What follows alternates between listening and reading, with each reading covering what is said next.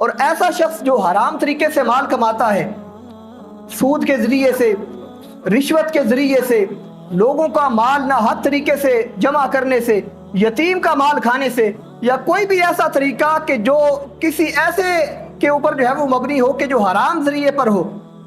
نبی اکرم شفیع معظم صلی اللہ علیہ وآلہ وسلم نے ایسے شخص کے لیے بڑی سخت وعید بیان فرمائی ہے۔ آپ علیہ الصلوۃ والسلام نے فرمایا لا یغبطن جامع المال من غیر حلہ۔ بعض افراد ہوتے ہیں کہ جن کے پاس مال کی کثرت ہوتی ہے نا، بظاہر بڑے خوش ہوتے ہیں، لیکن برکت نہ ہونے کی وجہ سے ان کی زندگی کے اندر سکون نہیں ہوتا۔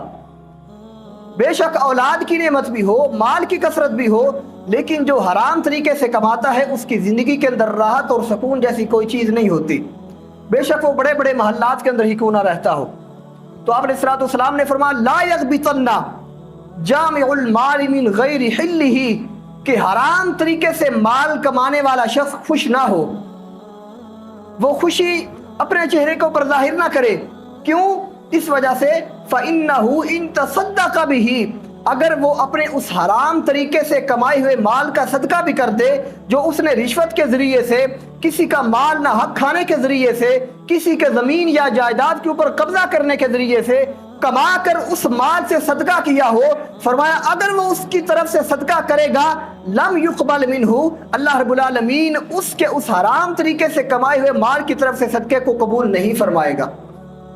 لم یقبل منہ، اللہ رب العالمین اس کو قبول نہیں فرماتا۔ اور ایک حدیث پاک کے اندر ہے، آپ علیہ الصلوۃ والسلام نے فرمایا کہ اللہ رب العالمین پاک ہے اور وہ پاک چیزوں کو ہی پسند فرماتا ہے، اور جب رزق حلال جو ہے اس سے اللہ کی بارگاہ میں کوئی مال پیش کیا جائے تو اللہ رب العالمین اس کو اپنے شایان شان دائیں ہاتھ سے قبول فرماتا ہے اور اس کو پروان چڑھاتا ہے۔ تو فرمایا اللہ رب العالمین ایسے مال کو قبول نہیں فرماتا۔ اور پھر فرمایا وَمَا بَقِيَ كَانَ زَادُهُ إِلَى النَّارِ، اور جو اس کے مال سے بچ جانے والا ہوتا ہے وہ اس کو جہنم کی طرف لے جانے والا مال ہے۔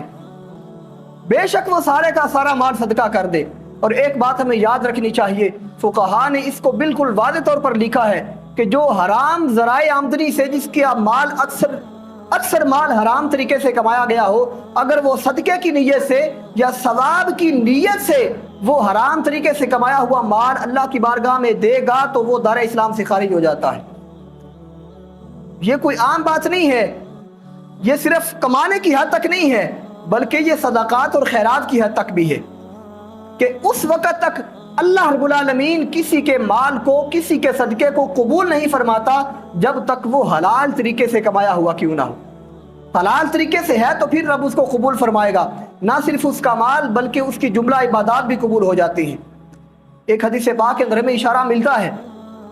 کہ نبی اکرم صلی اللہ علیہ وآلہ وسلم نے فرمایا کہ بندہ اپنے رب کی بارگاہ میں بڑی التجائیں کرتا ہے، دعائیں کرتا ہے کہ باری تعالیٰ میری نمازوں کو قبول فرما، میری فلاں حاجت کو قبول فرما، میری یہ دعا قبول فرما دے، لیکن فرما اس کی دعا قبول نہیں ہوتی۔ کس وجہ سے؟ کہ وہ جو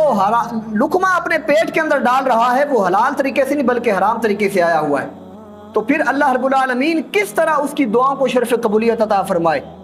جبکہ اللہ کی ذات وہ ذات ہے کہ قرآن اس کے اوپر شاہد ہے کہ اللہ رب العالمین بندے کی شہرت سے بھی زیادہ اس کے قریب ہے۔ اللہ رب العالمین بندے کی التجاؤں کو بہت زیادہ عزت و احترام کی نظر سے دیکھتا ہے۔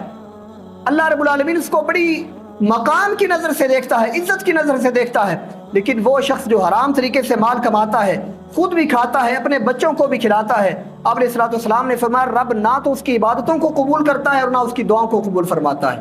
تو یہ ایک مسلمان کے لیے بہت زیادہ اہمیت کی حامل چیز ہے کہ اگر وہ چاہتا ہے کہ میری عبادات بھی قبول ہو اور میری دعائیں بھی قبول ہو، میری اولاد بھی میری فرما بردار ہو اور میرے مال کے اندر اللہ رب العالمین برکت بھی شامل کر دے، تو ان تمام چیزوں کے لیے ایک ہی چیز ضروری ہے کہ وہ جس طریقے سے مال کمائے وہ حلال کا طریقہ ہو، وہ طیب مال ہو، پاکیزہ مال ہو اور حلال طریقے سے ہی کمایا گیا ہو۔